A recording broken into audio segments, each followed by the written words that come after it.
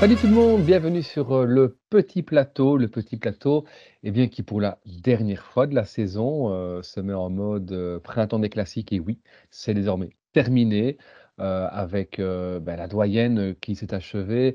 On va passer désormais sur les grands tours. Mais avant de parler du Giro qui va débuter très bientôt, on voulait faire ce bilan finalement de toutes les classiques du printemps. Et pour en parler, comme à chaque épisode, j'accueille Alexis et Damien. Salut les copains. Salut tout le monde. Salut, salut. Alors, ce bilan des printemps, on ne peut pas, pardon, le faire sans évoquer évidemment quelques grands noms. Mais on va essayer finalement de faire abstraction de ces grands champions parce que beaucoup d'ailleurs l'ont souligné sur les réseaux sociaux notamment. On aurait vécu un printemps finalement d'un ennui fantastique. C'est un petit peu ce qui ressort ici à cause ou grâce à Van der Poel et Pogacar. Alors, messieurs, en une minute et après on évacue les fantastiques de côté. Qu'est-ce que vous avez pensé de ces grands noms? Et de façon générale, est-ce que vous êtes d'accord sur le fait que, on vient de vivre un printemps qui a manqué le spectacle, tout simplement, Damien? Pas du tout. Bon, je prends 15 secondes pour dire que, ce que Pogacar, le meilleur coureur du monde, et Van der Poel, le meilleur coureur sur son terrain, font, c'est tout simplement hyper spectaculaire. Je peux comprendre qu'on dise que ce soit ennuyeux pour certains aspects, mais c'est hyper spectaculaire, comme les bagarres pour certains accessibles d'ailleurs. Oui, effectivement, c'est vrai que, tu l'as dit, Mathieu Van Der Poel et Tadej Pogacar, ce sont les 2 qui ont animé, le Printemps des Classiques puisque les autres étaient absents sur chute. Des fantastiques qu'on n'a jamais véritablement vus au duel et donc c'est ça qui a pu donner parfois peut-être l'idée d'avoir, une course, où on savait quoi qu'il arrive ce qui allait se passer. Sauf dans une course, c'est la doyenne, mais là, Van Der Poel n'était pas sur le terrain de Pogacar, donc pour moi, il n'y a pas eu de duel finalement. Ouais, je suis assez d'accord. Par contre, voilà, extraordinaire, incroyable, tout ce que vous voulez, oui, mais spectaculaire pour moi, non, tout simplement parce que c'est pas vraiment du spectacle que j'apprécie de voir. Maintenant, voilà, Mathieu Van Der Poel, c'est un monstre générationnel, c'est quelqu'un qui, sur son terrain, comme tu dis, serait un monstre, peu importe la génération sur laquelle il tombe. Mais Tadej Pogacar, c'est encore bien plus que ça. Et voilà, Mathieu Van Der Poel, je pense qu'il essayera à nouveau sur Liège-Bastogne-Liège, mais que pour pouvoir gagner sur Liège-Bastogne-Liège, il lui faudra beaucoup de circonstances favorables, notamment l'absence de Tadej Pogacar. Voilà. Alors on vous promet, on vient de passer la minute, on vous promet, on ne parlera plus dans cet épisode de Mathieu Van Der Poel ni de Tadej Pogacar parce que malgré tout, ce printemps des classiques a offert pas mal de choses intéressantes, certaines même moins intéressantes aussi à voir. Et donc pour rentrer vraiment dans le vif du sujet, messieurs, quel est finalement, donc indépendamment de ce dont on vient de parler, quel est le coureur qui vous a marqué sur ce printemps des classiques 2024? Bah, pour moi, du coup, hors fantastique, le coureur du printemps, c'est Jasper Philipsen, tout simplement parce que déjà, c'est le seul non fantastique qui gagne un monument. Ensuite, il vient quand même faire deuxième d'un autre monument, c'est peut-être même le deuxième ou le troisième plus fort de Paris-Roubaix. Il vient gagner la classique Bruges de Panne, il fait quatrième de Gent-Wevelgem. Donc voilà, il montre que en plus d'être le meilleur sprinter du monde, c'est un excellent classic man. C'est quelqu'un qui est déjà là et sur qui il faudra compter les années prochaines également, chez Alpecin ou non, mais il faudra compter dessus pour les classiques, ça c'est clair. Ouais, bah, on peut qu'être d'accord, je pense. C'était mon deuxième choix. Mon premier choix, c'est Maxime Van Gils. Ouais. Maxime Van Gils, lui, c'est troisième d'Estrade, donc il faut se retourner loin déjà l'Estrade, hein. 3e d'Estrade, 7e de San Remo, 20e à la Flèche, mais avec les favoris piégés, finalement, ça reflète pas son vrai niveau. 3e de la Flèche Wallonne, 4e de Liège, et plus fort que le 3e dont on ne peut plus prononcer le nom. Maxime Van Gils, je vais faire très simple. Pour moi, il vient de s'affirmer comme un coureur top mondial. Je vais dire les termes, on va plus minimiser les performances de Maxime. C'est un coureur top mondial. Je suis assez Avec d'accord. peut-être un petit plateau de verre, mais top mondial, ouais. Ouais, je suis même pas encore sûr. Oui, il doit encore passer le step pour gagner plus, mais Mhm. bon, voilà, ouais. Je suis assez d'accord, c'était d'ailleurs mon choix aussi, Maxime Van Gils, même si de nouveau, je vous rejoins, hein, c'est vrai que Jasper Philipsen, mais est-ce que c'est peut-être pas finalement quelqu'un qui est passé ce printemps dans la rubrique des fantastiques? Ça, ce sera pour un autre peut-être, débat plus tard, mais Maxime Van Gils, clairement, tu l'as dit, des belles places d'honneur. Je rajoutais même qu'en début de saison, hein, 3e sur la Drôme, 5e sur l'Ardèche Classique, plus récemment 2e au Grand Prix de Rennes. En fait, si on prend, le nombre de points UCI marqués par Maxime Van Gils depuis le début de la saison, il en est déjà à 1590, c'est énorme. Il est 22e au classement UCI officiel de l'UCI, forcément. Et c'est le deuxième coureur d'une équipe Pro Tour. Vous savez qui est premier? Une équipe Pro Tour? Ouais. Non. Ben, c'est Arnaud Delis. C'est Arnaud Delis parce que Ah ce oui? classement UCI, forcément, il s'établit sur 12 mois, hein. Et Ah oui, donc, d'accord. voilà. Mais donc, effectivement, Maxime Bagui, je te rejoins tout à fait. C'est un coureur qui s'est affirmé aujourd'hui comme faisant partie du top mondial. Il est encore très jeune, il va encore progresser. Et donc, c'est inévitable, je pense, qu'on reparle de lui. Déjà cette saison, il y a encore quelques courses qui vont arriver ici. Puis, on le verra sur notamment le Tour de France, sur la Vuelta. Donc, voilà un coureur qu'on va suivre avec grand intérêt sur également d'autres profils que des classiques printanières. Et c'est ça qui, je pense, être aussi intéressant puisque c'est un coureur qu'on va donc retrouver tout au long de l'année. Euh, Jasper Philipsen, Maxime Van Gils, ce sont donc, on va dire, les coureurs de ce printemps pour le petit plateau. Mais il y a eu d'autres, évidemment, coureurs qui ont montré de belles choses. On va un peu expliquer ici à nos auditeurs. On a choisi de vous parler systématiquement de deux coureurs selon différentes catégories. Un plutôt axé flandrienne, un plutôt axé ardennais. Ce n'est pas systématique. Ne nous en voulez pas si parfois on déroge un peu à cette règle. Mais commençons donc par les grosses satisfactions finalement de ce printemps. Quels sont les coureurs au-delà donc de Jasper Philipsen et de Maxime Van Gils que vous avez envie de mentionner, de souligner ici pour ce printemps? Ben, moi, donc pour les Flandriennes, dans un premier temps, j'avais envie de mettre en avant Nils Politt comme ma satisfaction, mais dans le sens où je ne savais pas si je pouvais m'y attendre. Parce que bon, Nils Politt, il a déjà montré de très belles choses sur les Flandriennes. Il avait déjà 2 top 10 à Paris-Roubaix avant cette année-ci. Mais avec son transfert, moi, j'avais un petit peu peur qu'il soit limité à un rôle de rouleur sur les étapes de plaine, vraiment un rôle de coéquipier pour les innombrables leaders de chez UAE. Mais au final, il a eu un rôle assez libre ici sur les Flandriennes. Troisième quand même du Rhône d'après des classements. Quatrième de Paris-Roubaix, il aurait pu encore viser mieux. Deuxième de l'Omloop, on s'en souvient très bien. Et septième de l'E3. Donc vraiment un véritable Flandrien, quelqu'un qui en plus a été gêné sur Paris-Roubaix. Voilà, un gazier comme il y en a peu au final est vraiment une vraie satisfaction pour moi. Je n'attends peut-être même pas de le voir aussi fort, donc je suis très ravi de son niveau. Ouais. Moi, ce qui m'a marqué avec lui, je me permets, parce que je l'avais pour une autre catégorie, mais j'en parlerai pas du coup, mais juste ajouter un tout petit truc. Ce qui est surtout bluffant, c'est qu'il y a certaines courses où dans l'absolu, on peut l'attendre, en dehors de son rôle, où je suis d'accord avec toi, on ne savait pas ce qu'on pouvait attendre, mais il a monté sa grande carcasse sur des bergs. Moi, ça, je ne m'y Ah ouais, attendais pas ouais, par contre. Le 3 et le run, c'est quand clairement. même assez exceptionnel, donc je comprends tout à fait que tu le cites. Ouais. Oui, et c'est vrai que pour rester sur Police, qui était aussi ma satisfaction pour les Flandriennes de cette année-ci, dans une équipe qui était privée de son principal leader, dont on taira le nom. Alors oui, effectivement, il y a pas de succès à la clé, mais effectivement, ce sont de très belles places, tu les as mentionnées, Alexis. Je vais même aller plus loin. Quand on regarde les autres classiques flandriennes auxquels il a pris part et où il ne fait pas un top 10, ben, on a à travers les Flandres 12e, on a Kuurne 26e, Gand-Wevelgem 27e et la Bredene Classique, qui est une classique de sprinter, 28e. Ça veut dire que dans toutes les classiques flandriennes auxquelles Nils Politt a pris part, il est systématiquement dans le top 30.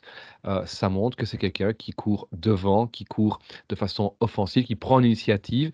Et même quand ça ne marche pas, il continue à se battre jusqu'au bout pour faire une place honorable. Donc c'est vraiment, je trouve, un cours à saluer qu'on avait déjà vu par le passé très fort, ces Flandriennes, mais qui très nettement ici a profité de son transfert depuis Bora chez UAE. Oui, moi, ma satisfaction, elle va peut-être plus diviser les gens. J'ai choisi Mats Pedersen. Peut-être plus divisé parce que peut-être que certains s'attendaient encore à plus de la part de Mats Pedersen, évidemment, puisqu'on le cite souvent. Mais pour moi, il répond sur Milan-San Remo. Il est pas mal, quoi, on va dire, hein, sur Milan-San Remo. Quatrième. Il est 11e de l'E3. Je sais d'abord que ses résultats un peu décevants, 22e du round. On n'oublie pas qu'il avait chuté dans la semaine. Il est troisième de Roubaix. Et il gagne surtout Gand-Wevelgem. Pour moi, c'est son chef-d'œuvre, hein, quand même, en battant Mathieu Van Der Poel en duel. Mais surtout, je trouve qu'il a pris ses responsabilités. Alors parfois, peut-être trop, parfois, Ça, il c'est n'a peut-être clair. pas couru, le mieux à l'économie et cetera, mais il a pris ses responsabilités, il a quand même fait des belles performances. Les résultats bruts ne veulent pas tout dire. Sur le run de 22e, le résultat brut, c'est pas top, mais après sa chute, le gars, il passe encore au sommet du Koppenberg, 2e ou 3e, je ne sais plus.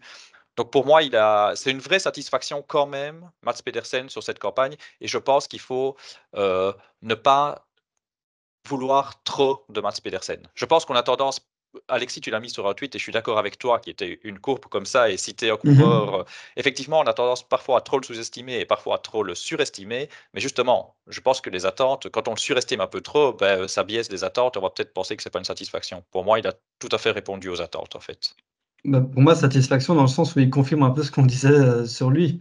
C'est-à-dire que c'est un excellent coureur, mais voilà, comme tu dis, parfois on le surcote, parfois on le sous-cote. C'est un très très bon coureur, un coureur de classe mondiale, l'un des meilleurs au monde, mais qui est quand même en dessous d'un niveau extraordinaire de certaines personnes dont on ne doit pas prononcer le nom. Donc voilà, satisfaction à ce niveau-là. Et par contre, coureur frisson, là, totalement. Vraiment un Mm. coureur qui est magnifique à voir. Oui, c'est vrai que pour ne pas enfin, pas refaire l'histoire et revenir sur ce dont on parlait en tout début d'épisode, mais voilà, dans un printemps où on a parfois, manqué peut-être d'un peu de suspense, dans certaines courses, pardon, bah, Mats Pedersen, le suspense, c'est souvent lui qui l'a créé, qui l'a généré, donc c'est aussi, à mentionner et c'est vrai, il y a peut-être ce manque d'un résultat vraiment probant, sur le round, j'allais dire sur les monuments, mais plutôt sur le round. Mais de l'autre côté, effectivement, c'est quelqu'un qui a fait la course sur ce run, donc c'est un bon choix aussi, Mads Pedersen. Nils Politt, les satisfactions finalement du petit plateau sur les Flandriennes et sur les Ardennaises alors, qui avez-vous envie de mentionner? Vas-y, Alexis, parce que moi j'en ai plusieurs, alors je peux changer en fonction de Ah! ton choix. Ok, ben moi j'ai eu envie de parler de Maury Van Sevenant. Parce que en fait, satisfaction dans le sens où on l'avait déjà vu, ça avait déjà été une petite promesse il y a quelques années, mais non seulement on l'avait jamais vu à ce niveau-là, mais en plus de ça, moi je ne m'attendais plus du tout à le voir à ce niveau-là. C'est vraiment, il va au-delà de ce qu'il nous a promis, j'ai l'impression.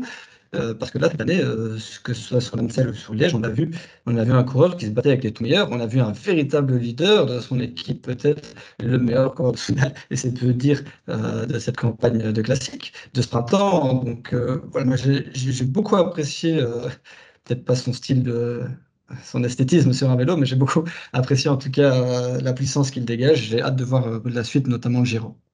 Ah bah oui, bah, je sais pas ce que toi, Romain, t'en penses, mais moi, je l'avais noté dans mes coups de cœur, puisque, spoiler, on aura une rubrique coup de cœur.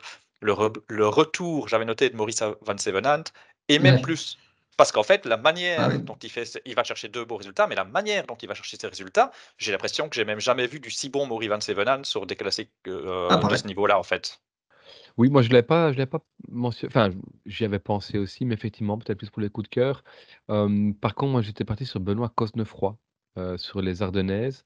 Qui était lui par contre en revanche ici par rapport à Van Zundert, bah, Cosnefroy, on l'attendait et il a répondu présent. Mhm. Il remporte une des 4, ardennaises, la première, la Flèche Bremontonne, la plus belle, hein, si on en croit Mhm. notre ami Alexis évidemment.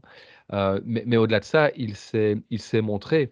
Si, je prends l'exemple, de Liège, il était à l'attaque, il était, dans les bons coups. Il termine finalement un petit peu plus loin que ce qu'il méritait sans doute sur la doyenne. On l'a vu aussi, en évidence, sur l'Amstel. On l'a vu bien évidemment sur la Flèche, wallonne. Donc voilà, quelqu'un qui a répondu présent, qui, a offert ce succès printanier à son équipe, et qui, bah, du coup, je trouve, est tout à fait, une satisfaction de ce printemps.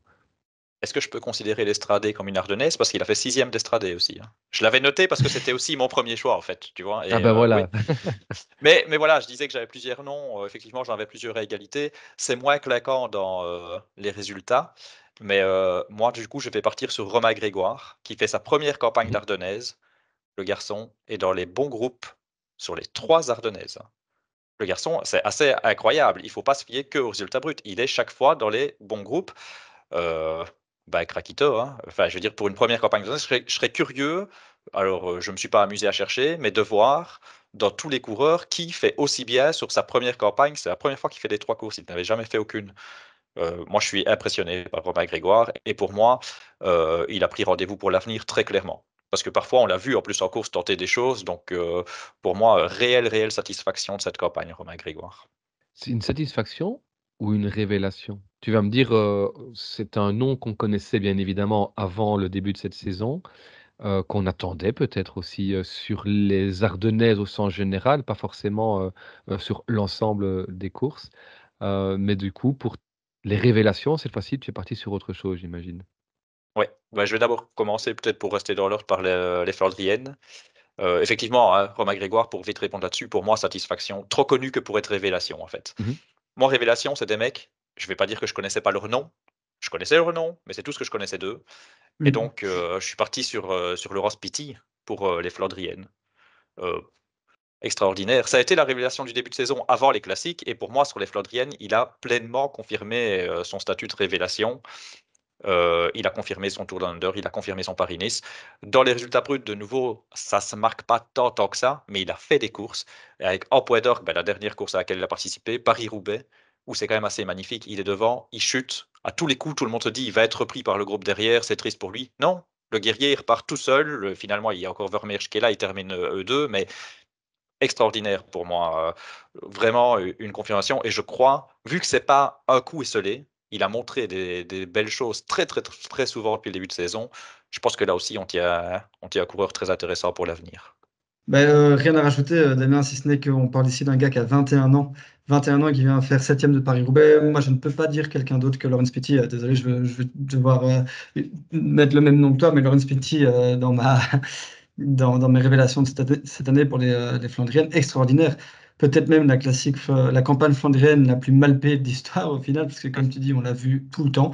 Dans toutes les courses auxquelles il a participé, c'était l'un des meilleurs à un moment ou un autre. Et au final, bah, les résultats ne démontrent pas du tout le niveau affiché, si ce n'est à Paris-Roubaix, et encore. Donc, ouais, Laurens Pitty, vraiment, qui lui aussi, comme tu disais, Grégoire, il prend rendez-vous pour l'avenir et sacrément. Ouais. Ouais, mais c'est vrai Toi, que Romain. Grégoire, Pitty, le cyclisme français, et on l'avait, mentionné avec, notre épisode spécifique, avec Cyril Saugrin, hein, rappelez-vous, où on avait effectivement évoqué les grands noms en devenir du cyclisme français. J'en ai choisi un aussi comme révélation, c'est Pierre Gautrat. Alors lui aussi, c'est quelqu'un, finalement, quand on va regarder les classements, finaux des courses, on ne verra pas son nom dans les top 20, mais c'est quelqu'un qui, dès que les pavés sont arrivés, peu importe la course, il était présent. C'est même dommage finalement qu'il n'ait pas été plus à l'offensive et qu'il n'ait pas pris plus l'initiative. Mais quand vous regardez au-delà du résultat brut, quand vous regardez les temps de passage sur les monts pavés, sur les secteurs pavés, c'est hallucinant. Il est systématiquement dans les 3-4 meilleurs. Donc Pierre Gautrat, c'est quelqu'un qui, moi je ne le connais évidemment pas du tout personnellement, mais de ce que j'ai pu lire par ailleurs, est quelqu'un qui a découvert une passion pour les pavés durant ce printemps. J'espère que ça va continuer et je suis persuadé que Decathlon a trouvé enfin le coureur qu'il cherchait sur les pavés. Ça n'a pas fonctionné comme il aurait voulu avec un Van Avermaet, avec un Assen qui est quand même revenu bien en jambes ce printemps-ci. Mais avec Gautra, là, je crois que pour l'avenir, on a vraiment quelqu'un qui effectivement s'est révélé tout simplement sur ce printemps, des Flandriennes. Alors, c'est marrant, tu dis Decathlon a peut-être trouvé sur les Flandriennes. Est-ce que vous allez m'étonner ou pas, est-ce que Decathlon a aussi trouvé une révélation pour les Ardennaises? Pour moi, oui. Vas-y.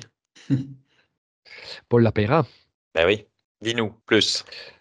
Paul Lapeyra est quelqu'un qu'on a vu, de nouveau sur, plusieurs des courses, ardennaises, et son Amstel m'a vraiment marqué et finalement, tu as évoqué, pour Pitty sur Roubaix, cette idée de ce coureur qui part à l'offensive, qui tombe, qui repart malgré tout, qui n'abandonne jamais. Lapeyra, c'était la même chose sans la chute finalement, c'est-à-dire que c'est quelqu'un qui, s'est retrouvé, à l'offensive toute la journée, et c'est encore lui qui finalement part en chasse-patate pour s'offrir une 5e place, magnifique. Probablement aurait-il mérité aussi une meilleure place sur Liège, s'il avait pu être mieux placé, et moins gêné dans son sprint. Mais donc voilà quelqu'un qui a, énormément travaillé durant ces Ardennaises, qui s'est malgré tout offert de très belles places, sur ces 4 courses. Et puis, faut pas oublier non plus qu'il n'y a pas que les courses World Tour, il y a les manches de la Coupe de France aussi, où là, Paul Lapeyre était chercher quelques très beaux résultats de ce côté-là aussi. Donc vraiment sur ce printemps, dès que la route s'élève un petit peu, ben, Paul Lapeyre pour moi est une des révélations. C'est un nom, je terminerai par ça, qu'on avait mentionné quand je dis «on», c'est pas le petit plateau parce qu'on n'existait pas encore, mais il y a 2 ans, c'est un nom que les observateurs avaient coché, parmi les néo-pros, enfin le en devenir en tous les cas et l'année passée, il était passé un petit peu à travers les gouttes. On n'avait pas trop entendu parler de lui. Cette année-ci, ça a marché assez tôt dans la saison et comme souvent chez les jeunes, une fois que ça marche bien, bah, la confirmation n'est pas loin et c'est le cas pour Paul Lapeyra qu'on va inévitablement revoir, même encore cette saison, je pense. Oui, parce que tu parles des Coupes de France, mais il a même gagné un World Tour au Pays Basque, hein. Révélation, un petit peu triché parce que c'est un coureur qui n'en a fait que 2, voire 1 et demie, mais c'est Marijn van den Berg. Alors, il y en a Mmh. évidemment plein d'autres, j'aurais pu en parler, j'aurais pu vraiment parler de plein d'autres coureurs, mais c'est un coureur, ses passages sur la Moskestrade m'ont tellement choqué que je devais en parler. Et alors, là, je voudrais dire, je triche encore plus parce que la Moskestrade, c'est un mont pavé. Ça n'a donc rien à voir avec les Ardennaises, mais il est quand même présent à l'Amstel, il fait 11e. Il aurait pu faire encore bien mieux. Donc, je ne m'attendais pas à voir un gars pareil, qui est plutôt un sprinter de base, être aussi fort dès que la route s'élève. Donc vraiment, j'avais envie d'en parler parce que pour moi, on entendra parler de lui sur les classiques. Il a prouvé pour l'année prochaine qu'il devrait être présent sur les classiques et pas que sur les Ardennaises d'ailleurs. Ouais, il m'a bluffé aussi et la Flèche Brabançonne, on pourra toujours se demander, hein, sans le move Oui, un peu bizarre, ce que ça aurait donné. tout à C'est bien fait. ce que tu triches, je vais tricher aussi, parce que Mhm. c'est pas vraiment un Ardennais, ma révélation. C'est pas totalement un Flandrien, c'est un passe-partout. Alors souvent, on va chercher des jeunes pour les révélations, ben moi je vais aller chercher Tom Skujns. Tom Ah oui. Ouais, Skujns, à fond. il nous a fait une campagne de classiques extraordinaire. Déjà dès le Newsblatt, donc monsieur se permet d'attaquer les Visma qui sont en surnombre dans l'échappée. Allez hop, on y va, on fait presque craquer Wout van Aert, allez, tranquille. On enchaîne avec Destrade, on va chercher la 2e place quand même. Pas mal, hein. Non, non, mais il a été incroyable. Il a été incroyable sur les pavés. Il est 8e de l'E3, 10e du Rhône, on le voit tout le temps. Et puis il y a une flèche wallonne dantesque, et monsieur est encore dans le bon groupe, 12e au sommet du mur de Huy. Extraordinaire. Franchement, Tom Skujns, on le connaissait À bon fond. coureur, mais malgré tout, même si on le connaissait bon coureur, voilà, bon petit coureur, on va dire, pour moi, totale révélation de le voir à ce niveau-là, en fait. Je suis d'accord. Et dans un autre niveau, Alex Kirch aussi, son équipier, incroyable aussi. Je m'attendais pas à ce niveau-là non plus. Ouais, ouais, ouais. Mais voilà pour, les révélations du petit plateau de ce printemps 2024. Alors, si vous deviez aussi choisir peut-être un nom, alors c'est pas vraiment une révélation, c'est pas vraiment une satisfaction, mais, c'est peut-être un coureur qui est passé un peu entre les gouttes pour, s'offrir quelques beaux résultats. En tous les cas, un coureur dont finalement on se dit à l'issue de ce printemps: «Ben, en fait, on n'en a pas parlé ou très peu et on aurait dû en parler davantage». Moi, j'en ai un et ça rentre bien dans le thème parce que c'est un coureur, j'aurais pas misé un copec sur lui, loin de là, même pour des accessites. C'est Jordi Meeus qui pourtant, Ah oui. avait déjà, parlé de sa volonté de briller sur les Flandriennes. Je n'y croyais pas du tout et voilà, il vient quand même faire 12e de Kuurne, 3e de Gaulième et 8e de Paris-Roubaix, excusez du peu. Donc voilà, c'est quand même pas mal. Il m'a bluffé. Moi, je j'avais pas compris le thème comme ça, donc je suis désolé, je vais un peu sortir du cadre. Moi, je l'ai compris comme, je voudrais parler de lui, on en a un petit peu parlé quand même, mais on met pas assez en avant par rapport à ce qu'il accomplit et j'avais 2 noms, donc je triche doublement. Il y en a un, du coup, je vais citer sans argumenter, je suis bien obligé, je vais pas faire trop. Je vais citer, alors au hasard entre les 2, sans argumenter, je vais citer Tim Wellens. Mmh. Ouais, Et en argumentant, je vais citer Tish Benoot, coureur dont je veux parler parce que je pense qu'il faut sans cesse rappeler le coureur extraordinaire qu'il est. c'est clair. Franchement, c'est un mec, c'est un il peut être le meilleur équipier du monde, il peut être le meilleur leader de substitution du monde, il peut l'être sur des Flandriennes, il peut l'être sur des Stradé, il peut l'être sur des Ardennaises, il peut l'être partout. En fait, ce mec, c'est une machine et c'est une machine, mais hyper fiable sur laquelle tu sais que tu peux compter, peu importe le terrain et peu importe le rôle que tu lui donnes. On n'oublie pas que dans sa campagne, qui était quand même vraiment pas dégueu, il a roulé avec un problème aux côtes à un moment donné aussi, hein. Donc je pense Oui. qu'avec, les soucis qu'il y a eu dans son équipe et tout ça, il vient là au pied levé. Il faut toujours rappeler le coureur qui est Tish Benoot. Bah, je vais tricher aussi du coup. Je vais sortir 2 noms. Le premier c'est Michael Matthews. Michael Matthews est quelqu'un, je pense, qui, dans le petit plateau, n'a pas été mis en avant une seule fois. En tout cas, je pense pas qu'on ait cité son nom. Pourtant, voilà quelqu'un qui doute 33 ans, je pense qu'il en a 33, hein, enfin, il est plus tout jeune non plus. Mais voilà quelqu'un qui, s'offre une deuxième place sur, Milan-San Remo, qui s'offrait une troisième place sur, le round avant d'être déclassé pour un sprint jugé litigieux par les commissaires. On avait, On aura tous, un avis, sur la question et qui, est encore présent sur Liège-Bastogne-Liège, sur une classique qui, à la base, ne semble pas du tout lui convenir. On le rappelle, on était, Damien, hein, sur, la Redoute. On l'a vu passer vraiment, vraiment à la peine. Mhm. Il termine 36e, voilà, pour la petite histoire. Mais voilà quelqu'un qui ne s'est jamais caché, qui, s'offre de très, très belles places, qui a permis finalement à Jaïko Alula d'exister, sur les classiques. C'est une valeur sûre et je trouve que ça méritait bien un petit clin d'œil. Et puis un autre, du coup, je vais pas argumenter ou très, très peu, c'était Luca Mozzato. Luca Mozzato, 2e, du round, un peu par surprise, il faut quand même, se l'avouer, qui gagne également la Bredene. Donc pourquoi je dis Luca Mozzato? Parce que dans un effectif comme Arkea, qui est un effectif qui est, fort axé sur les classiques printanières, notamment les flandriennes, mais avec une densité sans qu'on puisse véritablement sortir un élément du lot, hein. Vous avez les Capio, les Birmans et cetera. Voilà, Mozzato, je pense aujourd'hui, surtout, dans une équipe où on attendait plutôt un sénéchal, bon qui est tombé, mais voilà Mozzato qui, est devenu, je pense, leader de son équipe et donc voilà pourquoi j'avais envie de le citer également. Oui, et Arkea, Vauquelin qui fait deuxième aussi. Arkea, ils ont été pas mal, hein. Tout à fait. Mais À justement l'inverse, peut-être ah oui, oui, vas-y. vas-y. Non, j'allais dire si à l'inverse, parce qu'on parle beaucoup des coureurs positifs, positivement, pas des coureurs Oui. positifs, surtout pas dire ça, Damien, des coureurs positivement. Est-ce que vous avez à l'inverse des parce qu'on m'a déceptions? dit qu'on n'en parlait pas. Oui, c'est ça. Est-ce que vous avez à l'inverse des petites déceptions ou des grandes déceptions? Oui, Euh, c'est inévitable, c'est inévitable. Je vais commencer, je me permets parce que ça va être très court.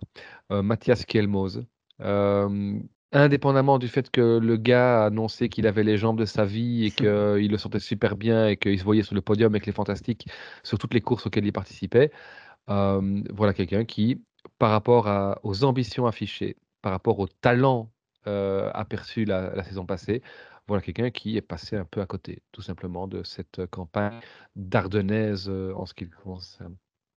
Exceptionnellement, est-ce qu'on peut un tout petit peu débattre de ce cas-là? Alexis, j'aimerais bien ton avis et puis je vais donner le mien. Parce que j'y avais songé et j'ai quelque chose à dire. Kelmos,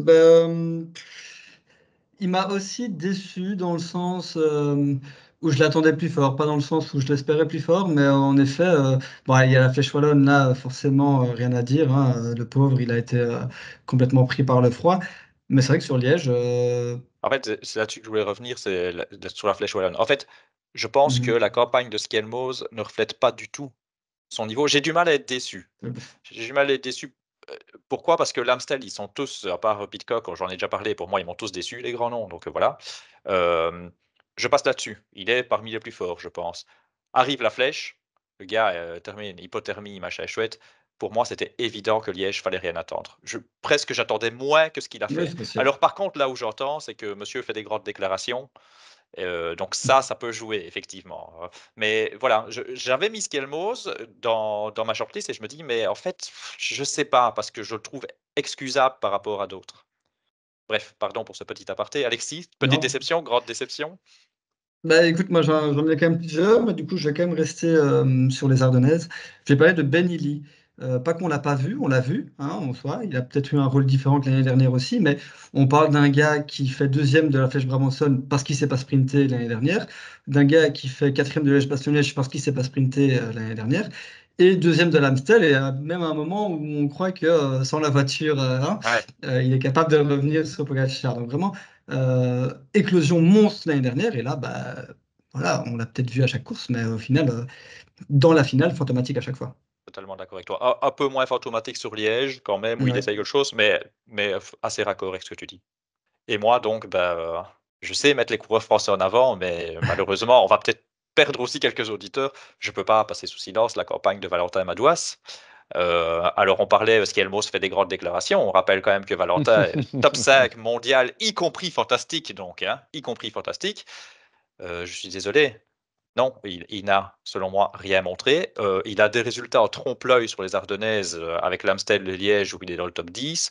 Liège, c'est un peu miraculeux et l'Amstel, ce qui est sa meilleure place, si je dis pas de bêtises, pour moi, pourtant, c'est le meilleur symptôme de sa mauvaise campagne. Il a là une situation de course, si tu es dans les meilleurs mondiaux, là, tu es pas en train de frotter, tu es devant. Tous les grands noms, à part Pidcock, j'ai déjà dit, sont restés derrière. C'est un scénario de course, tu dois pouvoir profiter. Comment tu n'es pas dans les cartes qui se jouent la gagne après au sprint? C'est impossible, ça. Donc, pour moi, clairement, Valentin Madouas, et en dehors du fait de sa déclaration, hein, parce que je charrie un peu avec ça, bien sûr que je ne le considère pas top 5 mondial, mais je considère qu'il vaut mieux que ce qu'il a montré ici sur les classiques. C'est pour ça que c'est ma déception. Si j'attendais vraiment rien de Valentin, je dirais pas ça. Pour moi, il doit faire mieux, et clairement, j'ai l'impression qu'on n'a jamais vu un Madouas en top forme cette saison, en fait. Ouais, peut-être, là aussi lancer le mini débat.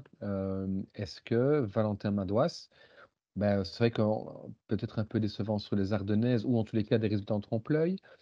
On a vu qu'il a fait quand même aussi toute une série de classiques, plutôt flandriennes.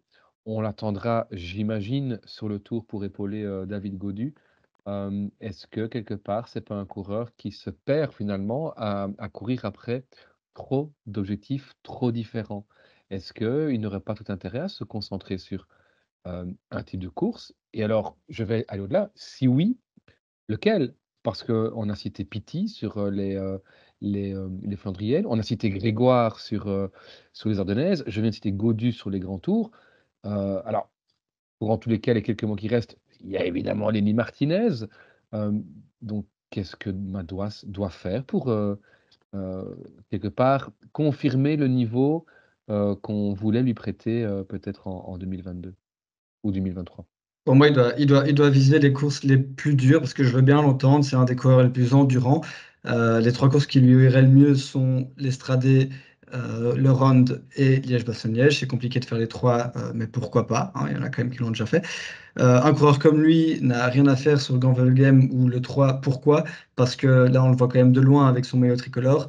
Dès qu'on a une vue d'hélicoptère, le gars est constamment derrière. Ah, bon, c'est peut-être pour ça aussi qu'il n'arrive pas à plus performer, mais qu'est-ce que tu veux espérer? Alors, sur une course comme le Ronde, où c'est l'endurance, etc., il peut s'en sortir en dépassant certaines personnes, mais sur une course comme Gent-Wevelgem ou le 3, qu'est-ce que tu veux espérer en étant constamment derrière? C'est pas possible. Et voilà, je vais nous faire perdre encore plus d'abonnés, Damien, mais justement, moi, il n'est pas dans mes déceptions parce que j'attendais pas grand-chose. Ah oui. Oui, je peux pas dire que j'en attendais la gagne, mais j'en attendais mieux que le côté fantomatique qu'on a vu. Pour répondre à Romain, je vais dire que je pense comme Alexis. Exactement la même chose pour les 3 courses. Pour moi, c'est les 3 courses qui lui vont le mieux et je suis pas sûr que ce soit dû, au fait qu'il ait fait un peu des courses à gauche, à droite. J'ai juste l'impression qu'il a pas été au niveau, cette année, en fait. Et peut-être une dernière question sur Valentin Madouas. Est-ce qu'on n'attend pas un petit peu trop de lui depuis qu'il a maillot tricolore? Parce que c'est un magnifique maillot. Tu l'as dit, vu l'hélicoptère, on le repère tout de suite. On voit tout de suite qu'il est en queue de peloton. Est-ce que quelque part, c'est pas un maillot qui peut-être le dessert? Moi, ce qui le dessert, je pense, c'est plutôt son run où la troisième place, tombe un peu du ciel. Bon, il a quand même été fort, hein, mais je pense que c'est ça qui le dessert. Depuis ça, quand j'entends les avis, sur Twitter et cetera, c'est comme si c'était ça le niveau réel de Madouas. Franchement, mais on peut aller regarder tous ses résultats, il n'a fait quand même qu'une fois un truc pareil. Ce qu'il a fait au championnat de France, c'était super, hein, mais ça reste entre guillemets «le championnat de France», qui est une grande nation, mais c'est pas international. C'est une course quand même où il faut pas oublier que la Groupama, ils sont 48 au départ face à 2 mètres de Trek et enfin, bon voilà. Donc je suis pas sûr que ce soit ce maillot-là. Moi, j'ai vraiment l'impression, je reste sur le fait qu'on attend trop depuis ce round.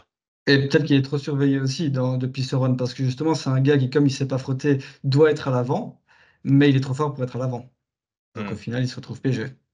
ouais. Est-ce qu'il y a encore d'autres coureurs que vous aviez envie de mentionner comme, peut-être des petites déceptions ici de ce printemps? Sans argumenter, je vais griller la politesse à Alexis parce que je sais déjà en off, il m'en avait déjà parlé un tout petit peu, Lascano, un petit peu. Ouais, ouais, Voilà, pas pareil. pas une énorme déception, mais un petit peu quand même. J'attendais plus depuis la course en Espagne, il y avait Ekuron. Oui, bah, peut-être que c'est ça. On rappelle, hein, il gagne la Classique à Jaén, qui est un petit peu la Strade Bianche, à l'espagnol. Mhm. On l'a vu très à l'affût, sur Kurn effectivement. On l'a quand même vu aussi sur le round. On rappelle qu'il est dans le bon groupe, il est bien positionné jusqu'au Koppenberg. Et puis, sur les 13 derniers kilomètres, il prend un tir de plus de 10 minutes. Et on Est-ce qu'il n'a pas terminé à pied? Enfin, on n'en sait Sur- toujours rien. ne sait Bah, toujours oui, pas ce qui s'est passé. voilà, c'est surtout, c'est même pas sur 13 km, c'est sur le Koppenberg, c'est le plus beau tour de magie que j'ai vu depuis longtemps. Il est magnifique et puis paf, il a disparu. Est-ce qu'il ne donne pas son Ouais. vélo à Garcia On Cortina? ne sait pas. on Peut-être, sait je pas. trouverais ça fou, mais peut-être, oui, je sais pas. Oui, moi j'avais envie de citer quand même un autre nom et ça va vraiment déplaire, je pense, à Damien. Ben, c'est Ah, Arnaud Delis. On doit le citer. Alors attention qu'Arnaud Delis a Non, on chuté. parle pas des fantastiques, on a dit, Romain. Ah, merci Alexis, merci. joli. Non, mais c'est vrai, on peut parfois nous accuser d'un certain chauvinisme. On l'assume évidemment sur le petit plateau. Mais c'est vrai que Arnaud Delis, au final, c'est quelqu'un qu'on attendait malgré tout sur le petit plateau. Sur le petit plateau. Qu'on On attendait sur le attend, printemps des Arnaud, on classiques. t'attend quand tu Voilà. veux. Nous, on l'attendait sur le printemps des classiques et c'est vrai qu'on s'était dit, bah voilà, si en plus il va faire un bon résultat sur une étape du Tour de France, ce sera du bonus. Et au final, bah, il était transparent sur les classiques. Alors, il a des circonstances atténuantes, évidemment, hein, mais voilà quelqu'un qui n'a pas remporté de victoire sur le printemps des classiques. Et ça, forcément, quand on en reparlera dans quelques années et qu'on aura oublié les chutes, la maladie, bah, ça fera un petit peu tâche, je pense, sur son palmarès. Donc voilà, puis c'était aussi pour un petit peu taquiner Damien, évidemment. Oui, je m'inscris en faux avec tout ça. Voilà, je ne veux même pas rentrer dans le débat. Non, blague à Voilà. part, on en a déjà parlé. Moi, je trouve que son newsblad, quand même, il était très très bon, mais vraiment très très très très bon. Après, oui, il y a la chute au Sama qui entraîne. Et effectivement, en fait, pour moi, et on en a parlé dans un épisode qui était consacré aux chutes, et puis on avait parlé un peu d'Arnaud Delis, effectivement, il y a Go Wevelgem et le 3, si je dis pas de bêtises, où là, c'est des vraies grosses déceptions, mais où on apprend juste derrière qu'il est malade et que ça a peut-être joué. Donc, j'ai toujours du mal. Je veux dire, c'est pas parce que c'est Delis, et je vais sortir mon meilleur argument possible. Si j'excuse Skyelmose parce qu'il y a eu une hypothermie, etc., j'excuse Delis quand il est malade. Hein. C'est vrai. Après, Delis, donc ne s'est pas illustré contrairement à son équipe, qu'on a beaucoup vu, l'Auto Destiny. C'est l'occasion de passer peut-être aux équipes. Alors, on va pas évidemment refaire toutes les catégories, mais de manière plus générale, quelle est l'équipe qui vous a le plus marqué? Ça peut être dans un sens comme dans un autre, pardon, sur ce printemps des classiques. Eh ben, moi, même indépendamment de celui dont on ne doit pas prononcer le nom, je dirais un peu. Parce que même sans lui, extraordinaire, quoi. Parce que Philipsen, pour les raisons que j'ai évoquées, Vermeer, j'ai jamais vu ça. Sur Roubaix, franchement, j'étais scotché. Et de manière générale, c'est une équipe qui devait assumer un certain statut auquel on n'est pas sûr qu'elle pouvait prétendre, mais au final, elle a rempli le pari, mais vraiment avec brio, quoi. Donc, elle m'a bluffé tant sur le round que sur Paris-Roubaix. J'ai été vraiment bluffé par Alpecin. Je profite de ton choix pour rattraper quelque chose où je m'en suis voulu de ne pas l'avoir dit après Paris-Roubaix. Fatalement, on a retenu les trois grands, mais je voulais aussi citer Timo Kilic, qui a fait une course de Ouais, dingue sur Paris-Roubaix, et on n'en a même pas parlé, en fait. C'est un peu la reine des classiques aujourd'hui, Alpecin. ah oui. Alpecin de Senac aujourd'hui, dit-on. Donc là, il y a effectivement un bon coup de la part du sponsor qui a délaissé la structure de Patrick Lefebvre pour aller vers celle des frères Rotoft et donc bah, rester la numéro un des classiques, notamment et essentiellement flandrienne, classique pavé. Alpecin, Damien, tu avais choisi une autre équipe, je pense. Oui, bah, je viens toujours avec la même. Hein. Moi, je viens avec Lidl Trek. Ah, Pourquoi j'ai choisi Lidl Trek? Bah, l'équipe, j'ai un petit copion, hein, je lis. L'équipe, je dis, a quand même remporté la Panne, le Rund, la Flèche Brabançonne, Go Wevelgem, 2e d'Estradé, 2e de Roubaix, 2e de Liège, et vous êtes en train de dire: «Mais qu'est-ce qu'il raconte?» Bon, je triche. Il y a la Lidl Trek masculine et la Lidl Trek féminine. Je triche volontairement parce que pourquoi je prends, cet angle-là? Je l'ai dit pour Pedersen, mais en fait, c'est toute l'équipe qui a pris ses responsabilités. L'équipe, il y avait des blocs et eux, ils sont venus dire: «Ben, nous aussi, on est là et maintenant on est une équipe favorite». Ils ont roulé, parfois on leur a reproché de prendre les courses en main et cetera, mais ils ont pris leurs responsabilités, ils ont fait du beau boulot, ils ont été offensifs. Le Go Wevelgem de Pedersen, c'est masterclass. On a vu du très bon Jonathan Milan à l'occasion. J'ai parlé de Skuins. Alexis, tu as mentionné Kirch, tu avais tout à fait raison. On a vu du Stuyven, malheureusement il a chuté, mais jusque-là il était extraordinaire. Donc pour moi, Mhm. la Lidl Trek mérite, et j'ai noté aussi, pardon, qu'on a même vu du bon Mollema sur les Ardennaises, qui revient pas trop mal dans le game. Donc ouais, pour moi, c'est une équipe, tant par ses résultats que par le nombre de coureurs, que par sa manière de courir, qui a marqué le printemps. Et j'ai fait un petit clin d'œil à l'équipe féminine parce que finalement, là aussi, super agréable d'avoir une équipe qui vient bousculer la SD Works, qui vient offrir Mhm. enfin des vrais matchs dans le cyclisme féminin. On a eu Balsamo, Van Anrooy, Longo Borghini notamment, pas qu'elles trois, mais ces trois-là se sont beaucoup illustrés. Et ça fait beaucoup de bien en fait au cyclisme féminin. On parle jamais nous du cyclisme féminin, mais je pense que, enfin je le sais en fait, puisqu'on en a discuté en off, on a quand même pris du plaisir dans cette campagne À fond. féminine. Et je pense qu'il faut vraiment le dire, même si on parle jamais cyclisme féminin, là on doit faire une exception parce que la campagne a été magnifique, pas que grâce à la Trek, mais en partie grâce à la Trek. Donc je voulais vraiment mentionner cette équipe en fait. Ouais, t'as bien raison. Ouais, la Trek qui sur les tours aura aussi une figure, je pense, marquante, c'est Gaia Realini, hein, Mhm. qui a fait une très belle saison l'année passée et qui pourrait venir chatouiller les guibolles d'Emi Vollering et autres sur le Tour de France. Tour de France auquel Lotte Kopecky ne participera pas. Ouais. Si vous avez vu passer l'info, voilà, c'est confirmé. Elle se concentrera sur les JO. Ben, je voulais dire un dernier mot sur le cyclisme féminin, parce qu'en plus tu parles de Vollering, etc. Vollering, bah, je ne sais pas si c'est acté qu'elle va à la FDJ. En tout cas, c'est acté qu'elle change d'équipe, et je pense qu'on on cite beaucoup FDJ. Ça aussi, ça pourrait faire beaucoup de bien. Et donc voilà, juste dire que ce cyclisme, il faut vraiment se mettre à le suivre parce qu'il devient hyper intéressant, de plus en plus concurrentiel. C'était le gros problème ces derniers temps Bien finalement sûr. de ce Mhm. cyclisme. Et là, si tu as Vollering qui débarque à la FDJ, où tu as déjà quelques bonnes coureuses, hein, Ah, il y a Ludwig, Cécilie, hein, bien sûr. Muzic, Cécile. Oui, oui. Donc je pense qu'on peut avoir un nouveau bloc encore et bah, c'est top, quoi. Voilà, je voulais encore insister une dernière fois sur ce cyclisme-là. Ouais, tout à fait. Si on revient un instant sur le cyclisme masculin cette fois-ci pour les équipes qui ont marqué, donc Alpecin, Lidl Trek, moi j'ai choisi une équipe dont on a déjà beaucoup parlé depuis le début de cet épisode, depuis même le début de cette saison. Bah, c'est Decathlon AG2R, la mondiale. Je l'ai dit, hein, Cosnefroy, pour moi une satisfaction de la saison sans aucun doute, enfin, du printemps en tous les cas. Gautra et la Pera pour les révélations. Donc forcément, je me devais de citer le Decathlon dans son ensemble. Alors, c'est pas l'équipe qui a le plus impressionné. On aurait pu citer évidemment d'autres équipes pour ne se focaliser pardon, que sur les résultats. Mais ce que j'ai vraiment beaucoup aimé chez Decathlon, c'est qu'il y a une renaissance, très clairement. Je pense que l'année passée, on était nombreux à dire que cette équipe elle sentait mauvais pratiquement. Il y avait pas grand-chose. Alors oui, Dario Gandon avait remporté la Felbre Bronson, mais en dehors de ça, on ne les avait pas vus. Et c'est vrai que de manière plus générale, depuis que Romain Bardet a quitté cette structure, il y avait cette volonté de changer l'équipe et de passer d'une équipe de grand tour à une équipe de classique avec des recrutements faramineux. On se rappelle, on l'a cité tout à l'heure, Greg Van Avermaet, mais sans avoir les résultats escomptés. Et là, maintenant qu'on a fait table rase de tout ça, on sent qu'il y a une nouvelle dynamique. C'est peut-être et sans doute dû aussi au matériel. On en a parlé précédemment dans le petit plateau. Mais donc voilà, une transformation qui fait du bien et on sent qu'il y a une véritable dynamique qui se met en place.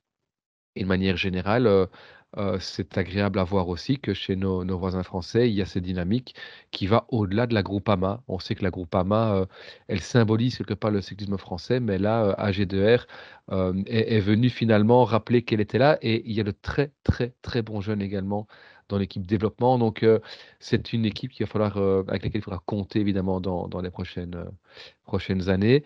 Decathlon AG2R, Alpecin, Lidl Trek, à l'inverse. Est-ce qu'il y a d'autres équipes qui, par contre, vous ont déçu sur cette campagne des classiques? Moi, très clairement, si je peux griller la Oui. politesse Alexis, Vas-y, mais vas-y. très clairement, mon équipe Sporza Wheeler Manager. Heu, En dehors de ça, honnêtement, non, c'est un petit trait d'humour parce qu'en dehors de ça, pas vraiment. Le seul truc que je veux dire, bah, ça pourrait être Visma parce que tu as beaucoup d'attentes au départ, mais il y a tellement d'aléas que je peux pas les mettre en déception. Donc en Mhm. vrai, j'ai pas une équipe pour qui j'avais beaucoup d'attentes qui m'a déçu. Ouais, c'est ça, on pourrait parler de Soudal, mais au final, est-ce qu'on avait des attentes? Pas vraiment. Et comme je dis, Van Sevenant, il a quand même sacrément performé. Euh, et moi, j'ai envie de parler de Bahreïn, pas pour l'équipe, mais parce que j'ai pas parlé de Mohoric dans mes déceptions. Alors, c'est un coureur qui n'a pas été mauvais, et c'est un coureur qui a des circonstances, mais c'est un coureur, début d'année, je l'attendais vraiment top 5 sur quasiment toutes les plus grandes courses de ce printemps. Donc voilà, je suis un petit peu déçu quand même. Ouais, je suis assez d'accord. De nouveau, j'avais pas spécialement envie de citer Soudal, parce que, c'est vrai qu'on les attend sur les monuments plus que les classiques, printanières, sur vraiment les monuments et là, ils ont été, pratiquement inexistants. Effectivement, Van Sevenant sauve un peu la mise avec sa 6e place, sur Liège, mais sur le Rhône, on les a pas vus. À Milan, San Remo, on les a pas vus, même si, Julien Lafilippe vient faire, une 9e place, un peu dans l'ombre des autres. Hem, c'est un peu décevant. Après, il y a quand même, des résultats, qu'on le veuille ou non, parce que si on se focalise, que sur le World Tour, c'est vrai, c'est trop léger, mais si on va sur les courses 1-1 ou un pro, bah, voilà, il y a un Tim Merlier qui Mhm. était épatant, on pourra d'ailleurs en parler, dans quelques instants quand on va évoquer nos coups de cœur. C'est un de mes coups de cœur, mais avant ça, donc si je devais pointer une équipe, je vais en pointer 2, c'est Astana et Cofidis. Alors pourquoi ces 2 là? Parce que c'est les équipes qu'on a le moins vues par rapport, aux équipes du World Tour. On vient d'évoquer, la dynamique, côté français chez Groupama, chez Decathlon. Bah, chez Cofidis, la dynamique, elle est inversée.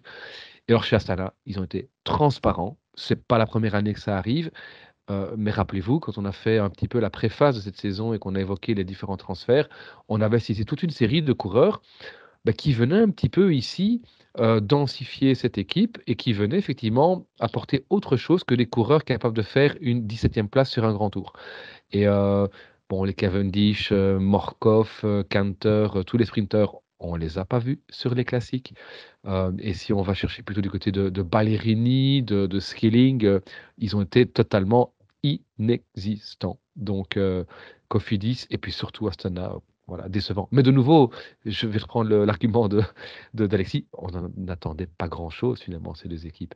Non, mais c'est quand même, en t'écoutant parler, c'est au point que j'avais même oublié les Ballerini et les Skilling qui pourraient être des noms intéressants, mais oui, non, Ouais, effectivement. ouais.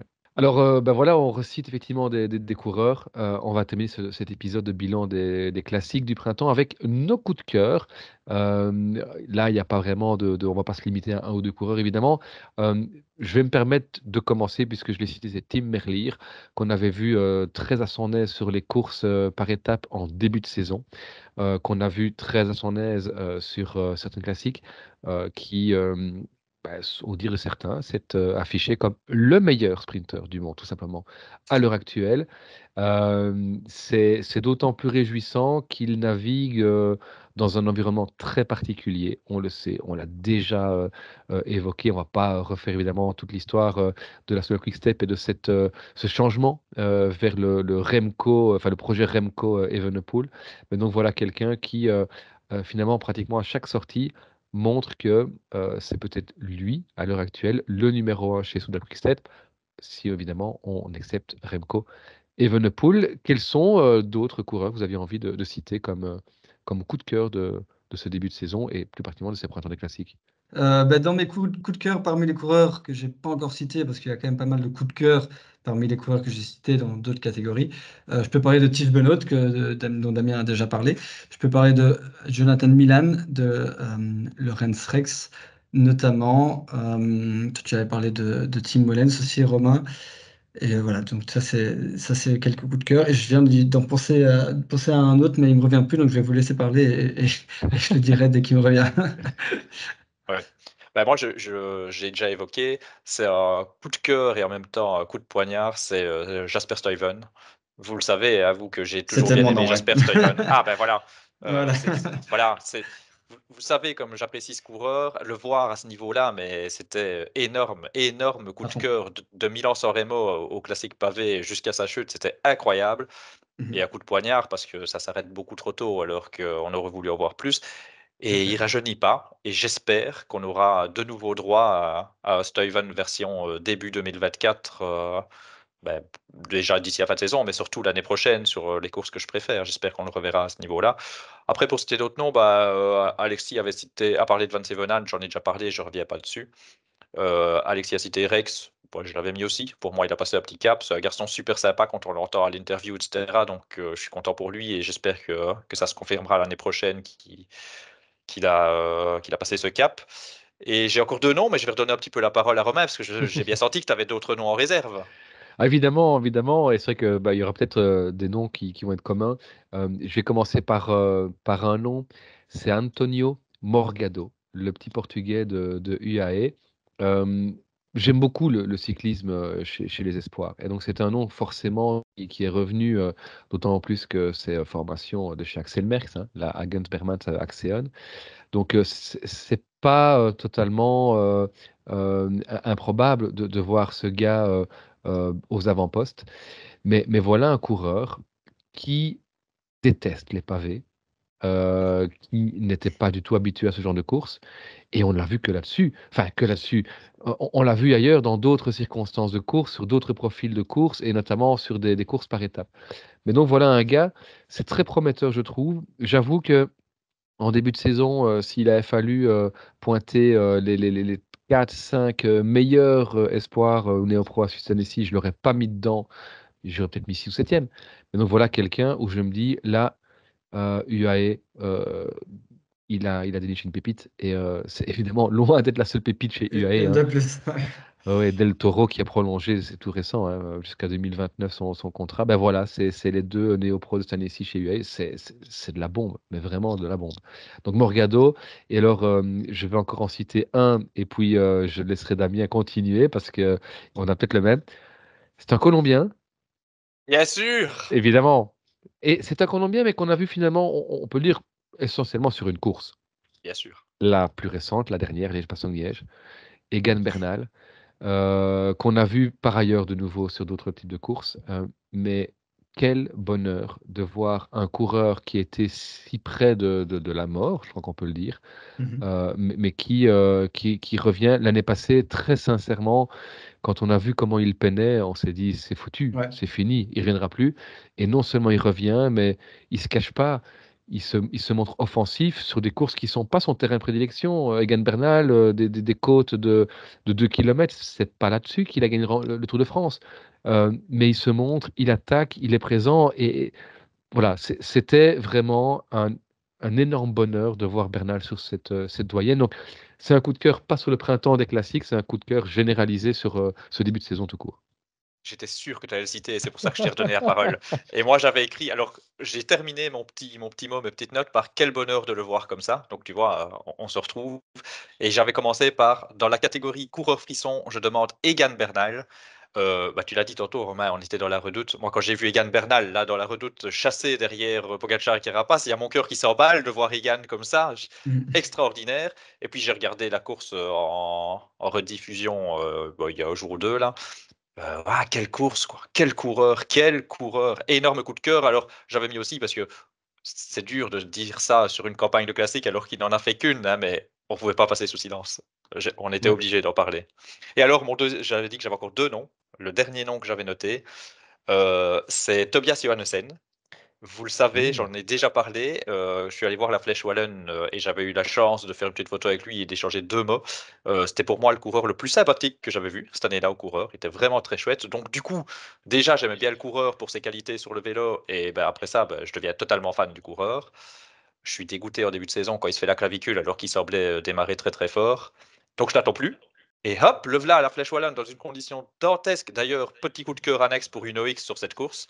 Euh, il fait une flèche incroyable. Et sur Liège, qui est une course longue où il n'avait pas encore vraiment performé sur ce genre de format, il répond présent aussi. Donc vraiment un vrai bonheur de voir Tobias Johannessen. Et j'espère que enfin il va être épargné parce qu'il cumule pas mal, hein. OK, j'ai encore un dernier nom aussi, toujours sur la culture de l'instant et toujours par rapport plutôt aux Ardennaises. C'est plus qu'un coureur, c'est l'émotion qu'il a pu démontrer à l'arrivée. C'est Romain Bardet. Mhm. On a tous vu, je pense, cette image, passer la ligne, où ils fond en larmes. Je trouve ça assez exceptionnel, de voir un coureur de 33 ans qui a à peu près tout connu, si ce n'est peut-être effectivement une victoire, au classement final du Tour de France. Mais donc un coureur qui a vécu, énormément de choses, et qui, à 33 ans, sur, une classique où on ne l'attend pas forcément, tient en respect les meilleurs du monde, à l'exception de l'extraterrestre dont on ne peut pas dire le nom. Parce que quand sur le sommet de la Rochefaucon, ils reviennent à 5 secondes, et c'est-à-dire à 20 mètres, hein, disons-le franchement. là, je pense que tout le monde se dit, bon, bah, il aura fait une superbe course, Romain, il aurait mérité quelque chose. Eh ben, il a continué. On a vu aussi, j'espère que vous l'avez vu, si vous ne l'avez pas vu, allez voir sur Twitter, ça passe, c'est une vidéo en slow motion de son passage justement un peu plus bas dans la Rochefaucon, où on le voit grimaçant, mais il souffre vraiment sur le vélo. Et voilà quelqu'un qui euh, r- fait des résultats, mais qui montre aussi les émotions. Et moi, ça me touche personnellement parce que on a beaucoup parlé de Thibaut Pinot sur le petit plateau, qui est un coureur qu'on a adoré, plus pour les émotions qu'il suscite évidemment que pour les résultats qu'il a produits. Et on sait que dans cette génération, c'était Bardet, c'était un peu l'antithèse de Pinot. Et donc, il y avait d'un côté l'émotif Pinot et puis le robot Bardet. Eh bien, Romain Bardet sur cette course, mais ceux qui le suivent savent que évidemment, c'est pas un coup d'une fois et c'est pas anodin. Mais donc Romain Bardet, c'est quelqu'un qui peut lui aussi transmettre énormément d'émotions, qui peut faire vibrer également. Et donc, bah, c'était un coup de cœur ici et en même temps une sorte d'hommage que j'avais envie de rendre à Romain Bardet. Ça me fait très plaisir. Moi, j'ai déjà dit, je pense que Mm. j'aime beaucoup Bardet et que je trouve justement qu'il a trop souffert de la comparaison entre guillemets avec Pinot. Ouais, ouais. Romain Bardet qui sera peut-être un des coureurs à suivre sur le prochain Giro. Le Giro d'Italie, c'est le prochain rendez-vous évidemment que l'on vous fixe. Ce sera tout bientôt. On se reverra évidemment pour préfacer ce tour. Bah, qui semble promis. On va devoir évidemment reparler des fantastiques et notamment d'un fantastique en particulier. Mais on a promis qu'on ne parlerait pas de ces noms. On ne les citerait pas sur la fin de cet épisode. Donc on vous laisse évidemment deviner. Vous le savez, je l'espère en tous les cas, que vous savez ce nom dont on tait le nom pour l'instant. On en reparlera très bientôt en tous les cas. Merci de nous avoir suivis. On espère que vous avez pris autant de plaisir que nous à suivre ce printemps des classiques, malgré effectivement certaines courses qui auraient pu être plus spectaculaires selon certains, euh, peut-être pas selon tout le monde, n'est-ce pas Damien? Bien En tous sûr. les cas, merci beaucoup. Alexis, Damien, je vous souhaite une bonne soirée. On se retrouve bientôt pour le Giro. Ciao, ciao. Ciao, à À bientôt. bientôt.